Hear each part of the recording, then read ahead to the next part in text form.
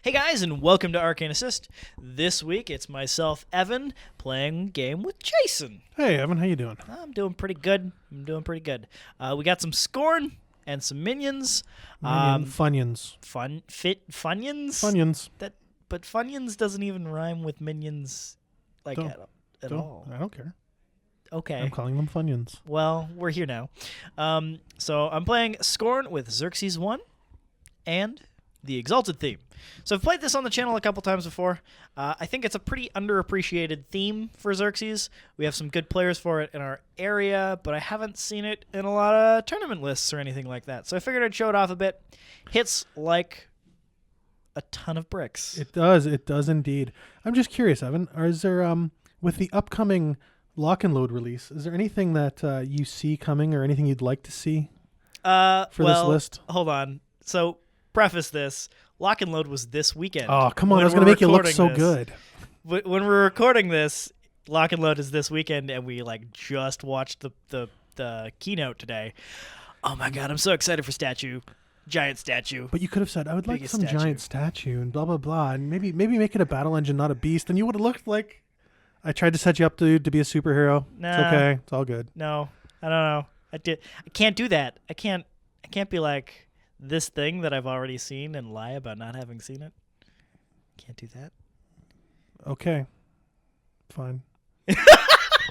I'm just saying So into the lists. Battlegroup is a Bronzeback and a Gladiator.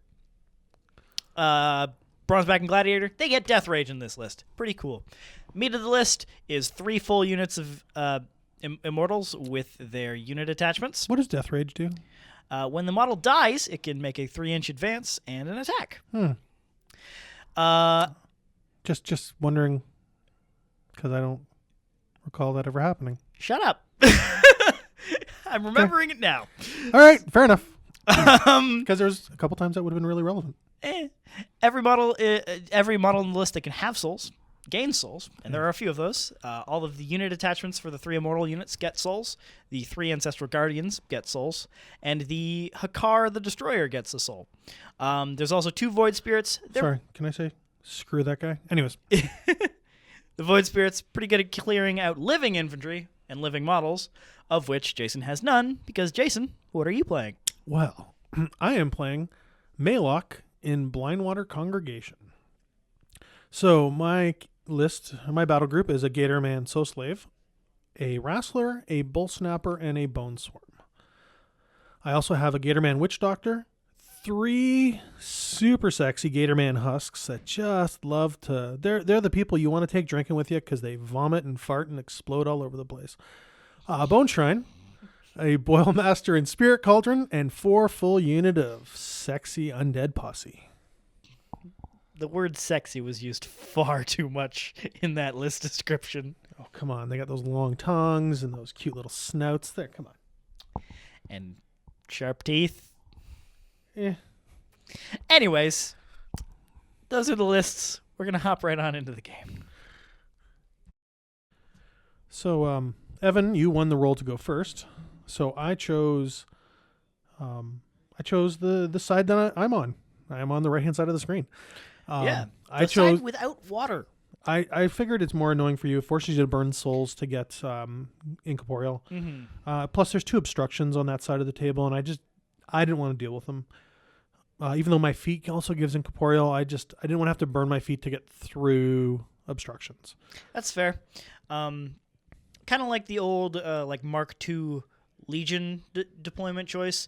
You don't pick terrain because you don't get to ignore it. You pick terrain because it annoys your opponent because they're going to have a difficult time getting around it. Plus, there's a wall over there, and I was wondering how a wall on my side of the table. So let's actually go over the terrain. Yeah. So there's a water to the left-hand side, an obstruction, that's those rocks in the top zone. The wall is directly across from it. In the middle of the zone, a landing site blocking piece of terrain is just dense fog. There's rubble, is that large gray piece in the bottom right.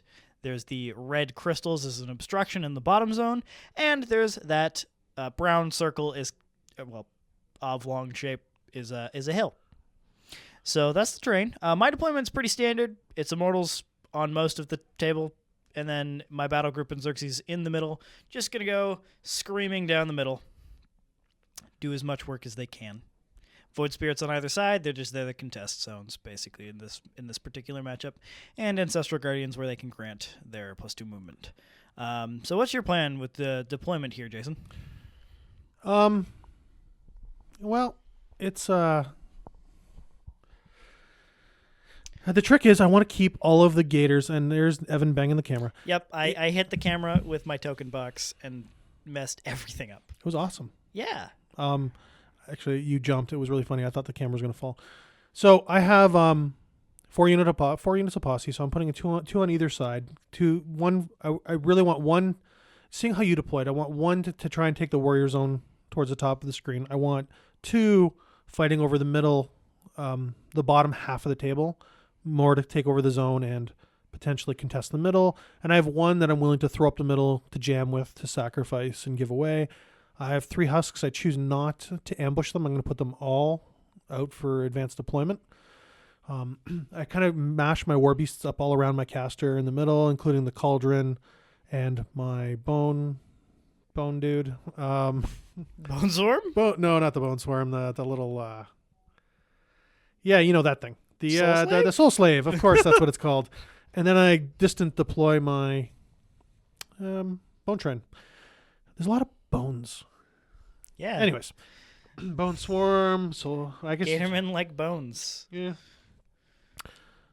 No, if you. Anyways, not gonna finish that. So, I put the Bone Shrine. So A, it contests the zone. B, it's heavily armored, especially under Death Pack and feet. And so it's an interesting spot to contest the zone that I think is going to be fought over more. That bottom zone, just by how Evan's deployed. And it gives me an interesting arc node to try and shoot spells from. So that's it. And then Evan's on for first turn. Yeah, so as you can see, I've already started to unpack my Immortals. I like to deploy them in such a way that you have 2 or 3 waves. The first guys go in, do their initial bit, or just die, and then you get vengeance off of them. Then the other 2 lines of Immortals get to go in and do work. Xerxis is going to put up Defender's Ward on the top hand unit and then Tactical Supremacy on the middle unit, and he's going to then charge forward himself. I'm not too worried about him camping 0. He's pretty durable at 13-18, and nothing of Jay's is actually going to be able to get to him, and he likes being up fairly far in the middle of the table. The War Beasts are just going to wrap around him, go as far forward as they can. The War Beasts in this list are actually quite threatening. They can go super far with both Rush and Lurch. So Lurch basically being, if you know the spell Locomotion, it's the same thing except it's for War Beasts. So for every Fury I spend, I can move a War Beast an inch for up to 3 inches. So with that and Rush, they both threat 13, I believe, is the final number. Which is, for a Titan, more than you might expect. SKORNE, man, they're way faster than people give them credit for. Mm-hmm. It's ridiculous how far those giant lumbering frickin' oxes of a beast can actually go. So, here's me, and I'm like, okay, without triggering Vengeance, which I'm not triggering Vengeance, the Immortals threat 11, and the Beasts threat 13, and I know the terrain's irrelevant because he can give himself Ghostly. Incorporeal, whatever. He can make terrain irrelevant. Yeah. So the Immortals on their unit attachment have an ability that makes the entire unit incorporeal for the turn. So I can go through things like obstructions and terrain, as well as ignore hazards, or even just ignore models if I want to. It's pretty handy. So you're allowed 2 table markers in the current edition because Steamroller 2018 drops in 2 days because we've now date stamped this thanks to Evan's modesty. Kinda, yeah. So in the current 2017 package, that one's marker's really, really crooked. Jeez. In the current package, where was I going? I lost my whole train of thought.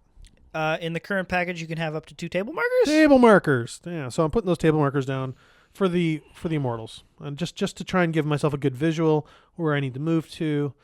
What's at risk if I move where.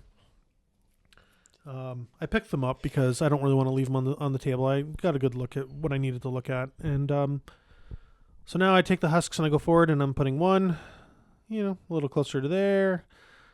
He has 2 units on the bottom. Husks like to go, like I said, fart and explode and puke and vomit and just be party animals. So I was going to give him a party, give him some people to play with, some giant stone statues that don't like to be corroded. Gross. Vomit. It's not just for buckets anymore. Anyways, Maelok goes, cast Deathpack, and I measure from the Bronzeback, from the Gladiator, because 13 inches from the Gladiator would suck. I don't want to get a top of 2 would just suck. So I cast Deathpack. I cast Spiny Growth on myself. I cast Soul Harvester on the 1 unit, and then I measure. And if I charge, I was like a quarter of an inch off the Gladiator, and I'm like, I will take that.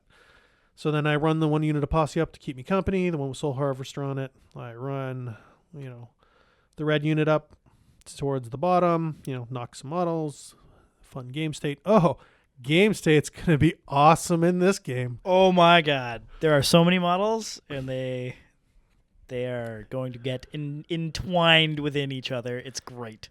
Gators have really dumb halberds if you've never used Gatorman Posse. And Immortals, some of them are posed with really, really pointy swords. Yep. It's awesome. So I run all my beasts up into the middle. I put, before I activate the beasts, I activate the cauldron. Happen to roll 3 corpses. Put the corpses right on the bone shrine or the Boneswarm, and then I run everything up and just rile enough to reave my right amount of fury back. I make sure the soul slave's in range, so I don't have to pay an upkeep for Soul Harvester, and then I put the posse just out of charge range, or maybe just to tickle the tip of charge range, and Just put myself in a good spot to jam and feat next turn, and pass the turn. All right. So I see how Jason's moved. I'm basically not going to be able to threat anything except some husks. So I feel like I should deal with them while they're here, and I can deal with them pretty well. I mean, I'm only dice off 5, so 2 charges should kill a Gatorman Husk, and those 2 Immortals are going to die likely, but that's probably fine considering the rest of the unit. I still have 8 more Immortals that can go and do work in the next turn. I'm willing to sacrifice 2 per husk. Even if I get lucky and spike with the first one, the second one's still incorporeal, so it won't get affected by the explosion of the husk dying. So I either get to keep I get to keep one of my models, or I get to take out a husk is the plan. And even if I hit them and do damage, the spray can't affect the rest of the unit because the rest of the unit is also incorporeal.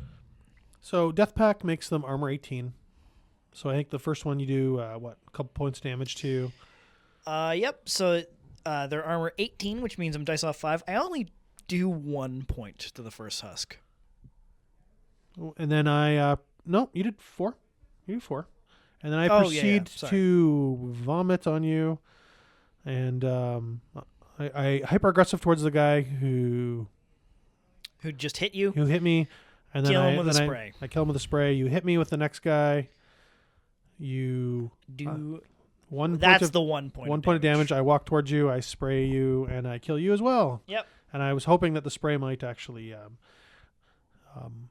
clip some other stuff. And I was like, oh, wait a minute. That spray angle was horrible. Horrible, horrible. Let's not cheat and put the proper angle down. And he dies too. Like that rat 6 on those guys is outstanding. Brutal. Yeah. I'm starting to think husks are some of the best 3 points in the game. They are, unless your enemy slams them at you. Yeah. I wish I had thought of that. You're welcome. Hey, listeners, you're welcome. Anyone who puts husks on the table against you, slam them. Because when they hit something and go pop, you're just damaging and corroding because the gators are not immune to that. So... That said, I did 5 damage to that husk, and it missed. And the last guy going in against the husk missed it as well. So we have 2 husks that have taken 5 damage each, so they're on 3 boxes. The Bone Shrine only took 3 damage from the charge attack that auto hit it. And there's the power of Death Pact. Death Pact is amazing. That's 2 extra points of armor on both of those attacks, which would have killed both of those husks. Yep.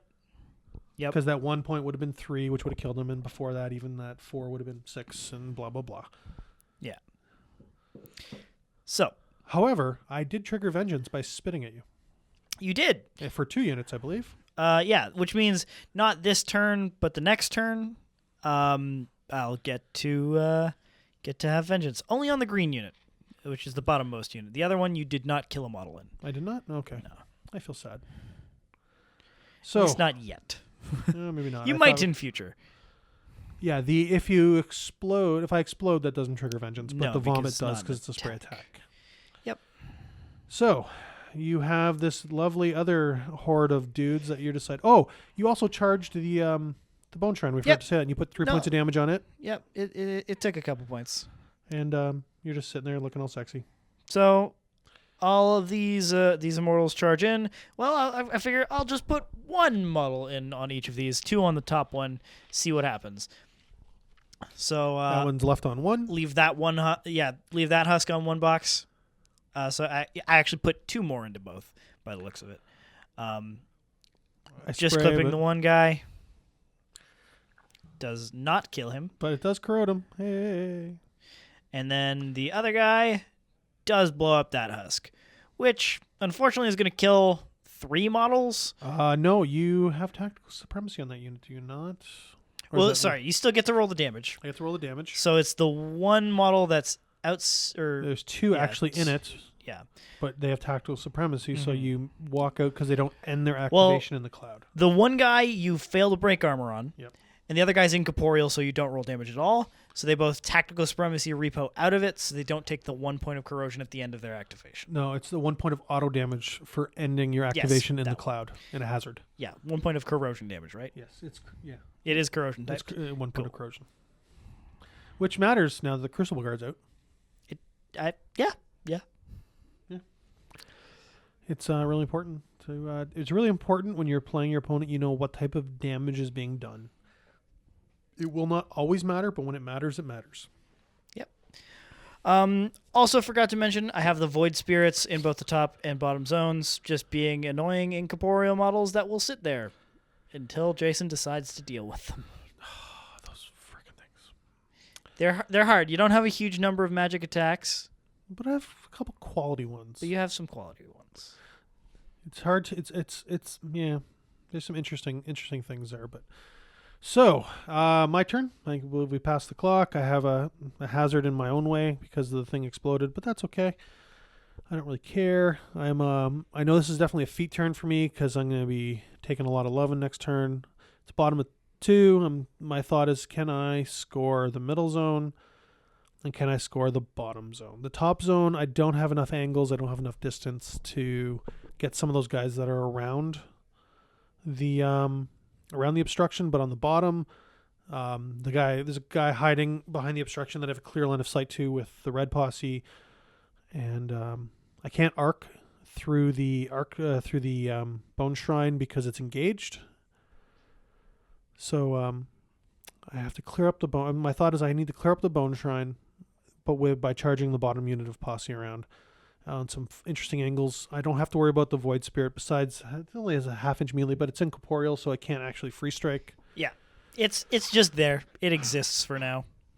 Oh, it does exist. So my plan is I need to clear, I believe, four Immortals and a Void Spirit. Yep. So the Husk walks over, puts himself in an interesting spot, and with his Mat 5, tries to punch an Immortal, fails to hit him. But it's okay. He's in an the most important thing is I cleared a lane for the posse to land. Posse's pray for rerolls because I don't get the bonus distance for charging living, and Dirge is useless because he doesn't really shoot. So, one posse goes speed 5. They charge 8. They have a 2-inch reach, a 2-inch and a 1/2-inch melee attack.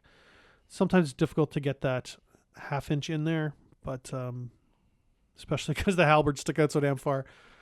But so I charge 2 towards the top guy, 1 towards the middle guy, and then 1 towards the top. And then we have to proxy out because they only command 7. So I really need the leader of the unit to land somewhere where I'm not going to end up with models outside of command. Command 7 is probably the worst thing about this unit. It's the most limiting point, which is really good. All models should have some form of limitation. So we proxy this out, make sure that if I make the charge into this immortal that's attacking the shrine, that everything will be in range. So we check the angle. It's got a good angle. Check the distance. Perfect. All my guys are in. Make the charge. So now the fun thing about trying to kill immortals happens. So I'm like, oh, with rerolls, I managed to, You barely even need the rerolls here. You kind of crush these guys real hard. I didn't want to be cocky about it, but yeah, I did. So Gators only need 5s to hit if I'm not grave misted, which I'm not here. And you're probably 13, so you need 5s to kill. So 5s and 5s are really not hard to do, especially when you're rolling 3 dice on one of those, because you've gotten a lot of charge years here. So you basically just wipe the floor with all of the immortals that you actually get into, get some vengeance, but the Void Spirit's still in the bottom there. Now, I do have to admit, I kind of shit the bed on a rule. I had Mark II Circular Vision stuck in my head. So at one point, you're going to see me put Puppet Master on Maelok. In fact, right now is happening. I put Puppet Master on Maelok because my intention was to Venom through the Arc Node, which is now freed, to Venom down the guy. And they were like, wait a minute, let's read Circular Vision and make sure we're not screwing this up on the channel. Good catch by Evan. I was screwing it up on the channel.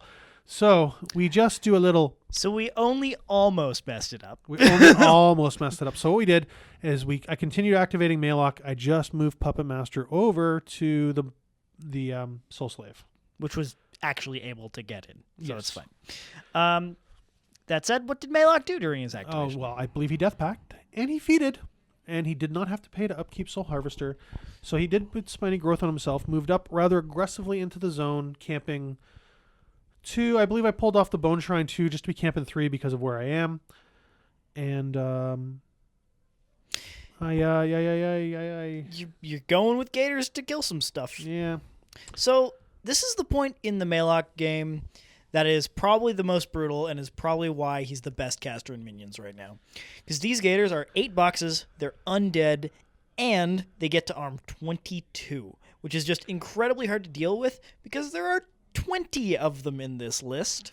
Yeah, there's an alternate version which only takes 3 max and 1 min unit, but I don't like it. I don't know. I've toyed around with it. What do you get for it? You get to add the Swamp Gobber Bellow, and you can add a Thralg. All right. Yeah. I can see the trade-off, but It's I interesting, do but- think Yeah. So I think this is I probably charge. Oh, so now I've cleared the bottom zone. Or I have not cleared the bottom zone. I've now cleared the middle zone of Immortals with a bunch of charging Gators, and I'm posturing rather aggressively to completely lock Evan out of the zone. Yeah. For me, at this point, I spent all the souls I started with last turn to get into some Gators. Jay has kindly provided me with those souls back again. He took some for himself with Soul Harvester. But I do have some back, so next turn I'm going to be able to do Incorporeal, I'm going to be able to Grave Mist, so I can get through the obstructions and things in my way. But you are going to still be armed 22. Yes. So I move my beasts up in a... Like, I swarm just in case something happens and you can get one of the Living War Beasts in towards Maelok. I swarm with the Boneswarm. I walk over, I Death Ride. I could have Death Rode earlier and got some extra distance because all my beasts are undead because of Death Pack and my feet, actually. But I didn't. I was saving them to potentially, like, I don't know. Yeah, your beasts are something. actually... Oh, sorry, I didn't Death Ride. I Ghost Lead the... No, you Death Rode him. Death Ride, yeah, and then because he can ignore the rebel due to it's incorporeal. It's the feet gave him incorporeal. So, but you super murder that Void Spirit, but you take 3 from Mental Force. Yeah, so I Mental Forced a Bone Shaker and crushed that Void Spirit. Yep. I score 2, pass the turn. Yeah. Note: you give your beasts undead because of Field Marshal. Field Marshal undead, and the feat gives him extra 2 armor this turn. Yes. All of my units Vengeance. They walk forward a little bit. Which is where Death Ride is interesting because they can walk that extra inch. It really adds yeah, threat. it's really good for them. And with what the hell are those things? The Swamp Horrors with their chain weapon, 4-inch reach. Death Ride with them is quite interesting. Mm-hmm. So everybody gets to go forward a bit with Vengeance. I'm not really bothering to make a lot of the attacks. I'm mostly using it for positioning because the attacks against Arm 22 are going to be dice -9. It's not great. I mean, I roll some of them just to see if I can pop a model or 2, but doesn't really work out all that well. So moving into the turn. Takes me a minute to decide what exactly I want to do. I think about where I can put my beasts, how they can be best used, and the most I can get with either of them is 3 models, which isn't bad, but I'm going to try to clear a little bit of a way to see if I can get them a little bit deeper. This is a turn where I kind of mentally am thinking I can either do no damage this turn and take even more attrition loss, or I can say screw it, pop feet, charge Xerxis in, and kill some stuff. So I go with option 2. That's I pay 3 to put Defender's Ward onto Xerxis. I drop it from the top unit. I drop it Tactical Supremacy, and I just say, screw it, I'm feeding and I'm charging. So I charge that dude with Xerxis, get right up in the middle of the table, and I do a big old combo smite onto the frontmost Gator. I hit him because I'm at 8. I slam him back and do knock him down and his friend Gator. The collateral will do literally nothing. Diddly squat. Because it's dice off 12 and it's strength 8. So not great. But the actual hit against POW 22, you crush that roll, and because I'm knocked down, I don't get the tough. That's what these guys need. They need a guy to give them no knockdown, like no sleeping on the job. No.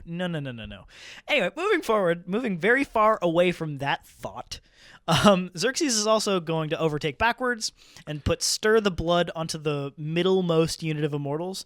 The top unit of Immortals. I think about giving it to the middle unit just because of how many Gators they can go into, and they'll also have Veteran Leader. But I think if I don't do any work to the top of this table, that flank is going to completely collapse, and Jason's just going to be able to control the entire top half.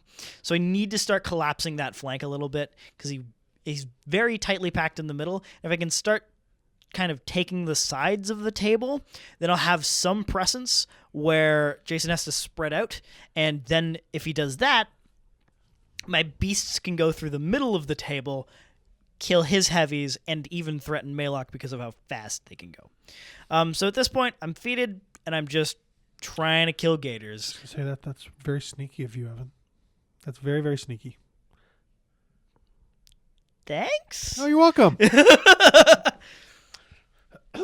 So, and the funny part is it's funny how perspective matters in a game, because you think I'm pressing really hard towards the top, and I actually think the top zone is unattainable by me, given how you have some models that are on the other side of the obstruction. You have that Void Spirit up there that's really hard for me to deal with because I have to actually completely shift models over to get to them. And I'm actually looking at contesting the middle, taking the middle, and working on the bottom zone.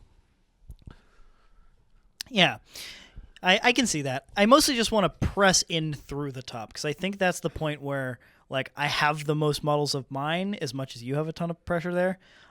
Here is the red unit going in, and they're going to do as much work as possible. So this unit is fully within my feet, unlike the bottom unit. I was going to say, you did feet. I don't know if you said that. Yes, I did. The bottom unit only had 2 models in, I think. See, and that your feet gives you the extra die. my feat mitigates 2 points of damage, basically. So I end up in a spot where do I need to feat to absorb the damage and bait his feat out, or do I suck up his feat and then take what's still alive and try and keep it and protect it with the feat? And I chose to say, you know what, I'm gonna pull it. I'm gonna do my best to try and pull his feet out and take the alpha on the chin and see what happens. Yeah. I mean, at this point, it's a lot of just get stuck in. I'm rolling a ton of dice. Some gators are dying. Some gators aren't. The math on it is that I'm rolling 4 dice on my charges. It's dice -9, so I'm likely going to be doing 6 damage per attack. 5 damage per attack. And I'm not likely to be killing things, but I get a couple spikes, one-shot some guys. I crush the damage roll on a bull snapper and leave it on 2 boxes. Oh, that was so sad. Hakaar's going to go in and do some work for me. I just tow him into the feet. He kills a gator.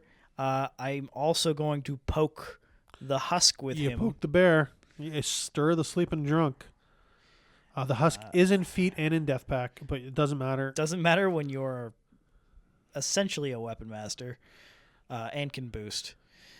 So I think you poke him.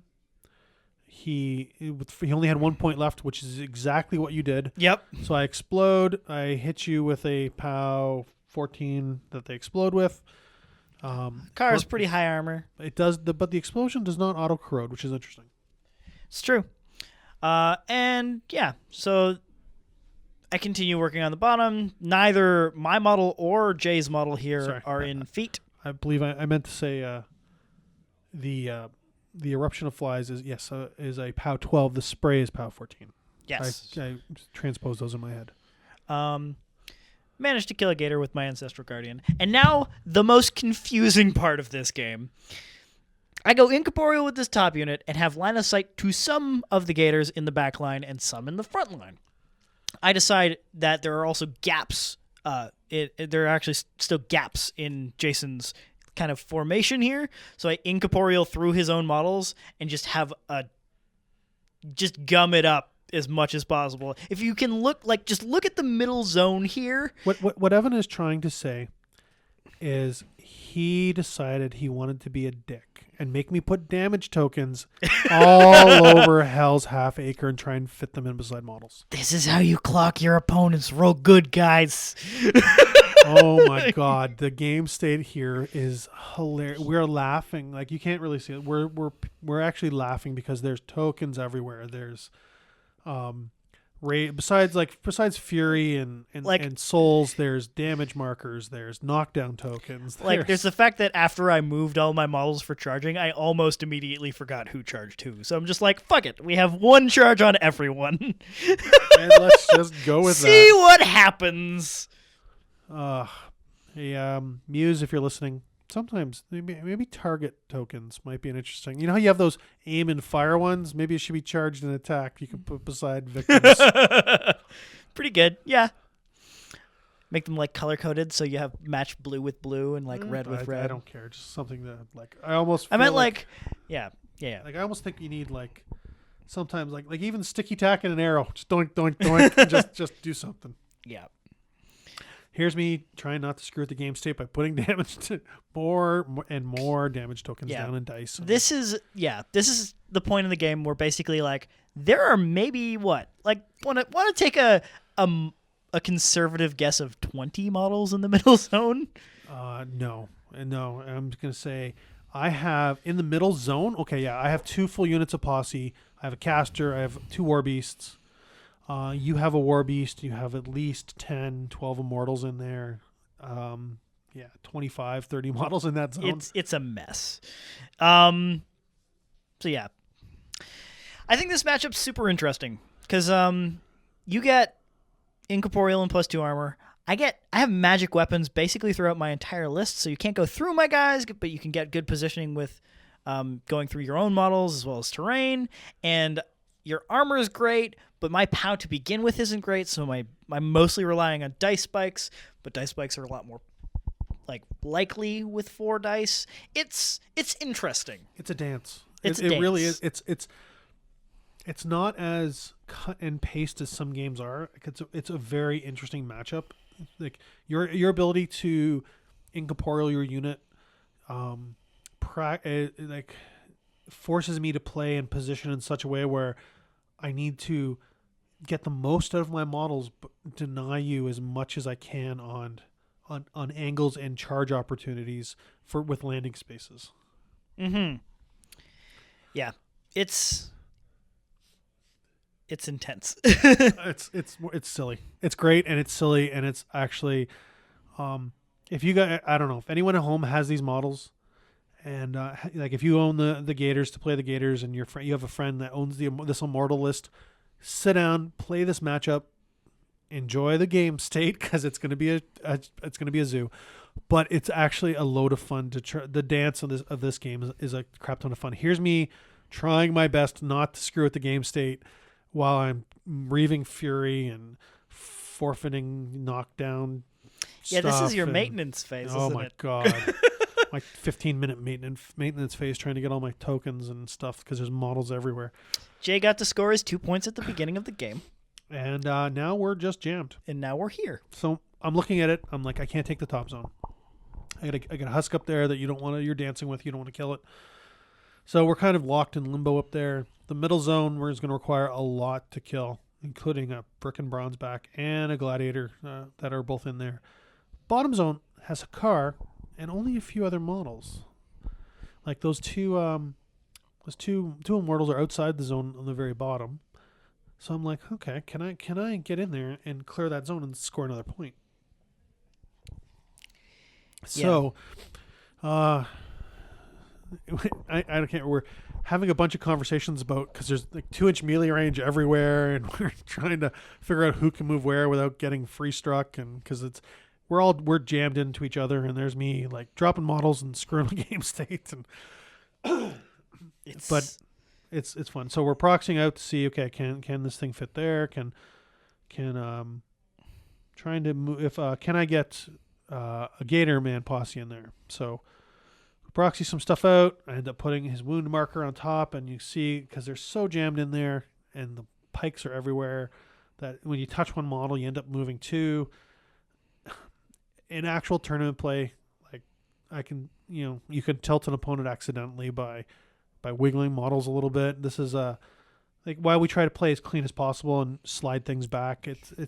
We understand. Hard. Yeah, things happen. So I go in and I start clearing house with the unit of Gatormen that have Soul Harvester on them, and I think I rack up 5 souls. You do a lot of work. I think you get 5. The thing about this turn, I used my feet entirely offensively. I did not bother putting like any models that are base to base on my side of the table for the +2 armor from Xerxis' feet. Entirely accidental. I was just trying to do as much damage as possible. Yeah, so that does make it a little easier on me because I need 5s to kill instead of 7s. So I now work on clearing this bottom zone. I got 3 Gators left in there.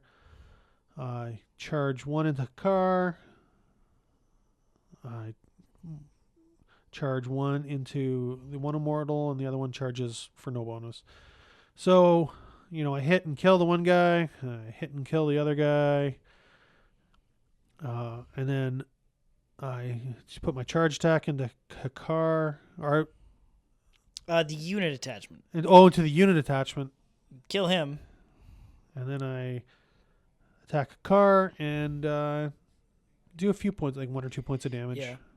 The other thing about the last turn I had, everyone had a ton of excess souls, so I just got to Grave Mist on every unit.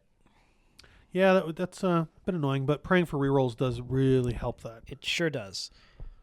So now I'm looking at it going, okay, I have 1 Immortal and Hakaar in the zone. How do I get rid of them to clear it to try and score?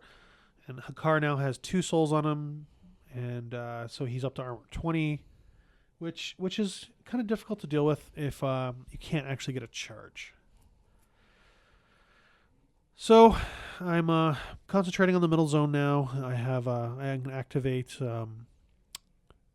Maelok counting out my fury, going, okay, I need the death pack, I need the venom, I need to trying to do the math for the fury math in my head to see where I'm going to spend my stuff.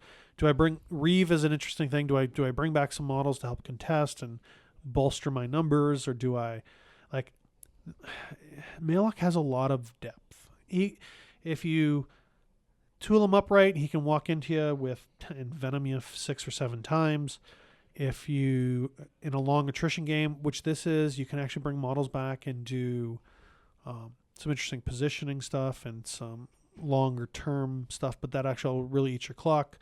You can also reave a model back into a strategic spot and walk forward with your Witch Doctor and sack strike the model that you just put down.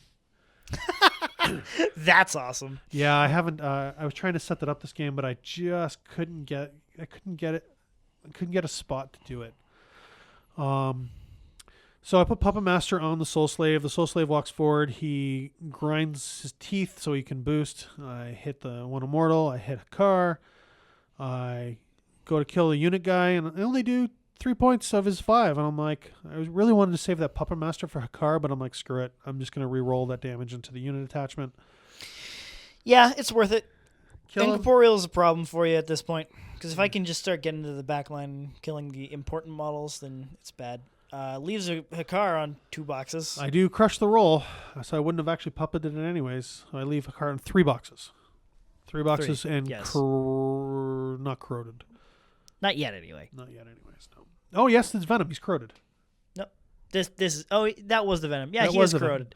I think you're thinking about doing another one? I was thinking about doing another Venom from Maelok to try and kill Hakaar. But again, now he's armor 21 because he has 3 souls on him. Yep, because he killed his friend. So it's like, So I activate Maelok. I death pack. I pull from the shrine. I don't get cursed. I venom. I hit Hakaar. I don't hit my posse. I boost. Well, I think I hit them both. I do hit them both. So it was me rolling damage on my... What the hell am I doing here? I don't know. Did you do the other Venom? I mean, we'll find out when you start pulling. I did. So okay, I rolled yes. damage into the posse, and then I rolled damage into the car, and I boosted the damage into the car. That's what I thought was going on.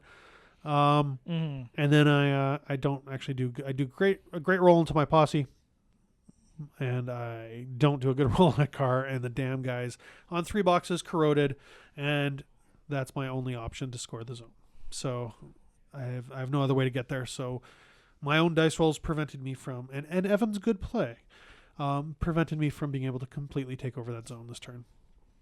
So I guess now we're fighting over the middle. Yay! So I think you're going to just put some attacks into my War Beasts at this point, as well as into the top unit of Immortals. So with the Soul Harvester unit, that still has 4 models in it, I kill as many Immortals as I can. Yeah, I think you already did the Soul Harvester unit. You're just on the top. Oh, it's the other attacking unit. the blue guys now. I kill the blue guys, and I think I end up putting 1 attack into your Gladiator. Actually do a pretty good damage roll. Do like 5 or 6 points of damage. Yep. Boxcars is 6 damage. Oh yeah. No, was it? No, I did it to. Don't I do it to your Bronzeback and leave Nope, it? that was on the Gladiator. Oh, I thought I left your Bronzeback on 1 unit of mind. Point of mind. No, not at this point. So I'm now trying to figure out where to put my Boneswarm because the Wrastler goes. The Wrastler puts Rage on the Boneswarm, which has 3 corpses on him, so he's base POW 15. I move the Boneswarm up towards the Gladiator. After raging him? Raging him, and I need a 5 to hit, and I poop the roll, and I miss my initial attack. So I buy an attack, I hit, at POW 18, I'm rolling straight dice, so I hit him 3 times, don't kill him. I leave him on 12 boxes or something like that. Mm-hmm. Not getting the charge and missing my initial attack really makes a difference here. Yeah. Had I had those options, I would have probably killed him. Yeah, you would have done definitely more damage. You might have left him on, I think, 2 boxes if you on average say. So But yeah. So I jam the best I can. With some that's left, I try to remove some angles, and then I pass the clock. All right. So my goal at this point is looking at Hakaar and seeing that, or not Hakaar, your model, Maelok, and seeing that he has 5 souls and not wanting to deal with the next turn. I think if next turn happens and Hakaar, or why am I saying Hakaar? Maelok can use those 5 souls to just do whatever he wants. That's a problem for me. So I want to clear a lane to get one of my 2 heavies to Maelok because if I can get there, I have the distance, and Lurch certainly helps with the positioning and getting the lane, but I have to clear out 2 or 3 models in order to be able to do it. Yeah, so your Bronzeback did take a few points of damage. Nope. So at this point, hasn't. No, it's just a Gladiator. Yeah, just the Gladiator. You maybe swung once or twice with Gators, yeah, I did but break they his haven't armor. done damage yet. Yeah, I didn't break his armor. So I'm mostly just trying to clear out this Gator with the 2 Immortals in front of it, so that if I get him out of the way, then I'm going to be able to charge with those 2 Immortals into the Gator that's in front of my Gladiator. And if I do that, then I can use the Bronzeback to kill the Boneswarm and another Gator that would be able to get a free strike. And then once I've done that, basically everybody's freed up and I can get going in there. That does require a lot of things to happen, though. These Gators are still armor 20. They're not all on full health, but some of them are. And the Boneswarm is a little higher defense than I'd like to guarantee this happening. Plus, he has the 3 extra points of armor from the corpses. That as well. It's not my feat turn. On my feat turn, he also gets an extra 2 armor, but Yeah. But he's still armor 18 right now, which is a bit of a problem. armor 20 Boneswarms are better. But anyways. So I'm looking at the table. Didn't quite do as much damage as I wanted to with some of the models on Vengeance or anything. I did a charge. I killed one of the Gators I needed to clear out. Still have 3 or 4 more in order to do what I want to do. Proxying out, if I lurch the Gladiator, he'll take a free strike, but I could heal whatever systems are crippled afterwards, charge a Gator, kill it, and then I'd have another free strike on the way in. That's not ideal, so I decide not to go with that right away. Yeah, that was a risky play. It was probably smart you caught it and pulled out of it. Yeah. So I decided at this point, what if I just use Xerxis, who can hit at ridiculously high power. I can stir the blood myself, combo strike the Boneswarm out of the way, do a ton of damage to it. Then I can start swinging on the other Gators, get those out of the way or at least do some damage to them, and then clear out the rest of them with one of the other heavies, and then I get it on Maelok. That's the plan. Which is quite the surgical precision strike to clear a tunnel. Like I moved Maelok back a little bit this turn, just to try and be a little more protective, and I put some models in the way, playing defensively, and you came up with a plan to pick that apart. Mm-hmm. These Immortals in the top go incorporeal, charge the model or the Gator that is in front of the Bronzeback. There's one guy that's facing the wrong way, so he can't charge, so he just stands and hits the guy he's next to when he can. But basically, first attack does 2 points, second charge does 2 points as well, so there's 4 left, and then the last model misses his attack. The guy that just kind of stands and doesn't get a charge bonus rolls a 10 to hit and an 11 for damage and just kills a Gator. Why couldn't I have had that on the correct model? I don't know. Because this is War Machine. And dice happen. Good answers. Xerxis goes in, misses his combo smite. I only needed a 5. I probably should have boosted. It was a little greedy not to. So I just buy an attack, boost to hit. I believe boosted damage on a Gator.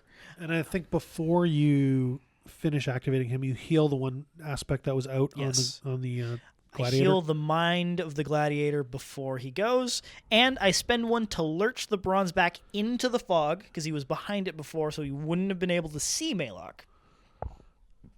So Xerxis is currently camping 0 behind the fog with Defender's Ward up. So he's 15-20. He's still really hard to kill. This Gladiator goes. He's going to punch the Gator in front of him, hopefully to death. Does no damage there. Oh, sorry. He's currently attacking the Boneswarm. And I think you miss a couple of times, and then when you do hit, you boost the damage to try and crank it in there. Mm-hmm. Last attack I hit with an 11. And I only do 4 damage. Leaving the Boneswarm on 4. No. And Oh, then sorry. Now this is the last attack. Roll an 11, roll a kill 10, and kill it. Because the turn before you said, I kill it if I roll a 10. The attack. The attack before I was like, I'll roll a 10 and kill it. Nope. And then I roll a 10 the second attack. So I reave my Fury, and then I don't put it beside my caster. But I did declare out loud I was reaving my Fury. You did. Oh, and I tough. Gators, tough Gator Gators. toughs. But But tough knockdown Immortals. Gator. That's what they need. They need a cry like Boomhowler where they can tough when they're knocked down. No. What? I'm just saying. Anyways. So Hakaar goes, kills the important Gator. 2 Immortals go, clear the final lane. And I'm like, screw it. I'm charging with the Bronzeback at Maelok. So we're checking free strikes. We're checking free strikes. There's only one. He cranks the damage to the one and leaves me on 1 box in the mind. Now, boys and girls, and children of all ages, and people who identify however the fudge they want to identify. Because we don't judge here. The important thing to know is Maelok does have spiny growth up. So with 1 box in the mind, I swing it. I have to swing at Maelok with my charge attack. I boost to hit, and the damage is boosted. It's dice -4. He hits. I do some damage. Now at this point, kids, Maelok is on 4 transfers, not 2, but we only see 2 on the table. And I'm thinking, well, if I just get lucky and he doesn't hit my mind. 5 transfers. 5? Yep. Okay, because he had 3 on the Boneswarm. Yep. Right. Well, if he doesn't hit my mind, I might as well just keep attacking. I should have said, screw that, and started punching the Wrastler instead. I made the dumb mistake of just continuing to attack Maelok. And he takes out my mind, and I have no other... Like, there's no point in me buying attacks at this point. So I don't. Yep. Saved by spiny growth. Anyone who thinks the Bull Snapper sucks needs to learn to use the tools at hand. Because the little Bull Snapper himself, he's a little surgical tool. You can't... he's weak even for a light. You're not really going to get a lot of work out of him. He can hunt the solo. He can kill a model. But the Animus is fantastic. Yeah, spiny growth is super good. Especially when it takes your armor from 19 to 21. Well, Death Pack goes from 17 to 19, and spiny growth goes from 19 to 21. However, and that just gets out the window as soon as you have a blessed weapon, but yeah. It is what it is. Without blessed, those are great stats. 1421 is an amazing stat line. So after killing a bunch of models to get that surgical strike in on Maelok, not having it work, I still have contesting models in both zones, so no one scores any points this turn. And Maelok is allowed to use his metric pile of souls. Huzzah. So sometimes when you have a lot of fury, like especially like because I'm 7 base, 5 with the 5, it's like sometimes you have too many options and it takes you a little, you have to be careful you don't burn your own clock pondering through all your options. You have to have a plan and just go. Yeah. And I did find myself in a spot here where I'm focusing very hard on trying to clear this bottom zone. So I go with the posse. I managed to kill everything but Hakaar. And I spray with did I spray? Yeah. No, I'm still attacking with posse, and I kill Hakaar, and I kill Ancestral Guardian? Oh, the Ancestral Guardian is what's causing me grief. He's up in the top zone. I think I did a couple of points of damage to him, like Yeah, 5 or 6. you did a good amount. You did 5, I think. Yeah, and I forgot they had 10. For some reason in my head, I'm thinking they have 8. So I'm like, okay, I can get both my guy and the posse. Sorry, the Ancestral Guardian and my guy with a spray. So I boost another Venom, and I hit my Mental guy. Force boosts all of the attacks, so unfortunately it's also on your guy. Yep, and I hit both. I crush the roll with Puppet Master. No, I don't even have the Puppet Master. I crush the roll into the Ancestral Guardian, killing him. And against my own guy, I did a crappy roll and only did a point of damage to him or 2.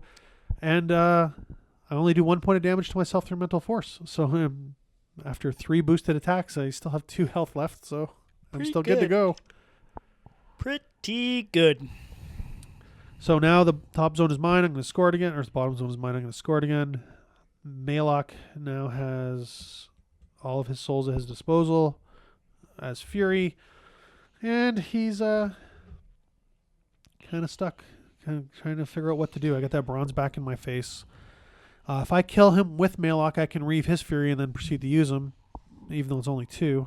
But so I think I go with Maelok. I Death Pack. I pull off the Shrine. I think this is the first time in the game I actually curse myself. Oh, here's where I'm talking about, where sometimes you get stuck in that thing, and here I am like counting up Fury. Am I going to do this? I'm going to do that. Well, maybe I'll take a second shot at this. Maybe I'll... Right? Kids, don't do that. Make a plan. Stick with it. Go. Or if you need to, bail on it and just don't burn your clock. So I'm really quickly doing all my focus. I curse myself, so I mark it off. Pull the Fury. Death Pack. I attack the Bronzeback. I boost damage. I do a couple little chintzy points of damage here or there. Nothing rock solid. I should have just left it for the Wrastler to do. I rage the Wrastler. I rage the Bull Snapper. I heal a point of damage on the Bull Snapper because he was down to 2 boxes after that 14-point wallop he took earlier. Mm-hmm. And then I go with the 1 posse left in that unit. He attacks. Only kill 1 of the 2. I failed to break armor on the second. He saw Evan just ready to take him off the table because he was just used to those Gator doing work today. But oh yeah. So I was really hoping to free the road with Maelok, so that Wrastler could have just gone into the Gladiator, but it didn't happen. So I have to use the Wrastler to kill the Gladiator, the Bronzeback, and it only takes him like 2 attacks or 3 attacks to do it.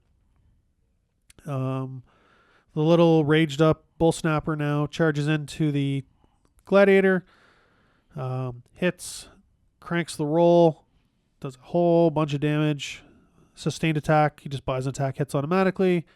I make the next roll. I rolls an 11. Roll really good again. Kills him to the box. So now I'm like, oh, he has no beasts left. This is quite interesting. Xerxis don't care. Xerxis does care when he has to start cutting. But anyways. So now I'm stuck in a spot where I'm like, okay, I need to deal with these other Immortals. What I should have done here is just pass the clock and not cared. I'm scoring the bottom zone. I should have just taken it, but I got greedy. I'm still grinding guys. I kill a whole bunch. And I don't leave you with very many Immortals left. Yeah. I think there's 1 in that unit, honestly. Yep. And so I reposition a couple guys to be a little more defensive in case you want to get cute with the Void Spirit in the top zone, or in case you're trying to get any weird charge lanes with Xerxis. But otherwise, I just kind of pass the turn. So on my turn, I'm like, okay, well, can I get Xerxis to Maelok? No, Maelok's an inch out. Okay. What else could we do? Kill some Gators? Sounds like as good a plan as any. Well, I think I also Spiny Growth myself in Death Pack. It's still... You're arm 21. I can get 1 POW 22 hit in. Which I still have like 3 transfers. You have a good amount of transfers, but like that's a good way of doing damage to your beasts. But, it really is, but at this point I have an untouched Wrastler. Yeah. So do some vengeance attack. I think, or this is when we were trying to determine what that 7 damage dial was for. It's for the Husk. As we figure out later, as much as we're putting it next to a Gator right now. I'm like, I thought it was on the Husk, and he's like, but you didn't break my armor last turn, and I'm like, you're corroded, and this is the problem when you have a lot of tokens on the table. But you need them for all the 8-box models because there's no way you're keeping track of that in War Room. No, you can with numbered bases, but things get in the way, and like all my units have, and it's hard to tell on camera, but all my units have different, like the front of their bases are all black, the back are all different colors of green. That way I can differentiate them. My opponent can quite clearly tell what unit's what, which if your opponent can't, it's actually rules for disqualification in a tournament. Wow. But because your opponent needs to clearly be able to tell what unit is what. Yeah. I'm very careful with that. Fair enough. All my Immortals are different colors, so on the models. Xerxis just goes and combo smites this dude. Kills him like a fool. Down. Dead. He overtakes into another Gator. At this point, I'm like, it doesn't matter. I don't have anything to transfer to. Might as well just buy and boost attacks, kill some enemy models while I have the chance. I'm D-ward some 15-20, so that Wrastler's probably going to have trouble hitting me. Don't do a huge amount of damage. Until I roll boxcars. And then I kill another Gator and overtake out of the cloud so that the Gator will have to have some form of movement buff in order to get to me. Just making attacks wherever I can. I believe a stray Immortal kills the Bull Snapper. Oh, yeah.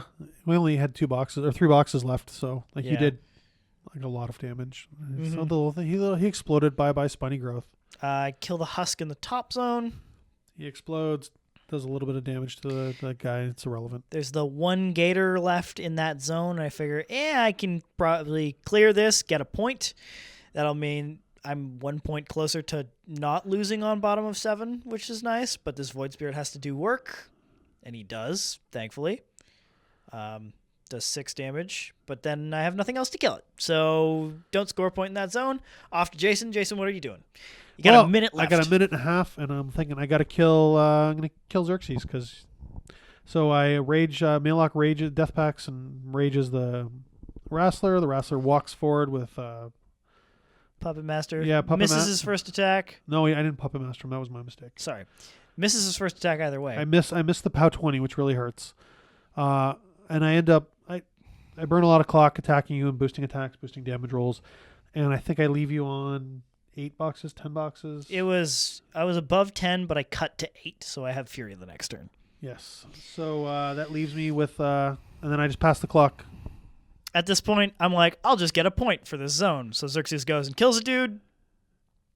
I maybe should just have charged with an Immortal or the back guy. And use Xerxis to instead combo smite the Wrastler and do a ton of damage to it. Get it away from me. Force it to shake. Have less Fury next turn.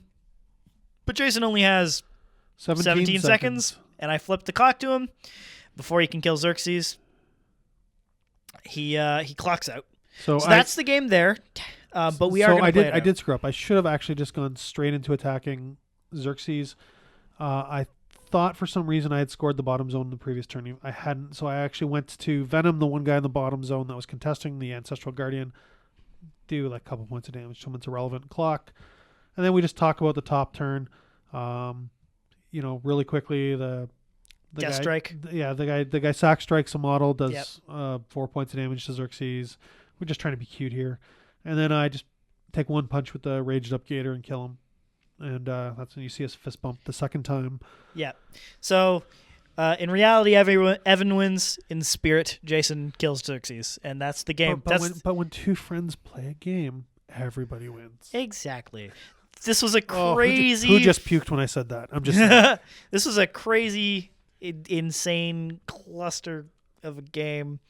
It was fun, though. It was a blast. It was a lot of fun. Actually,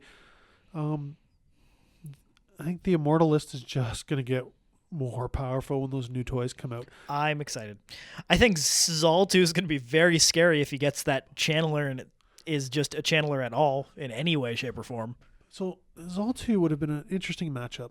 With I would not have gotten any souls through Soul Harvester, but you wouldn't have had the feat that gave you the extra damage dice. I feel like I am less good at breaking armor. I'm way better at killing Maelok. Yeah, touche. So after that first initial grind, you feat, I counter feat. And then after my feat and you don't kill enough, I'm like, okay, Zal goes, zot, zot, zot. All of my models go and boost to hit on Maelok. And they probably...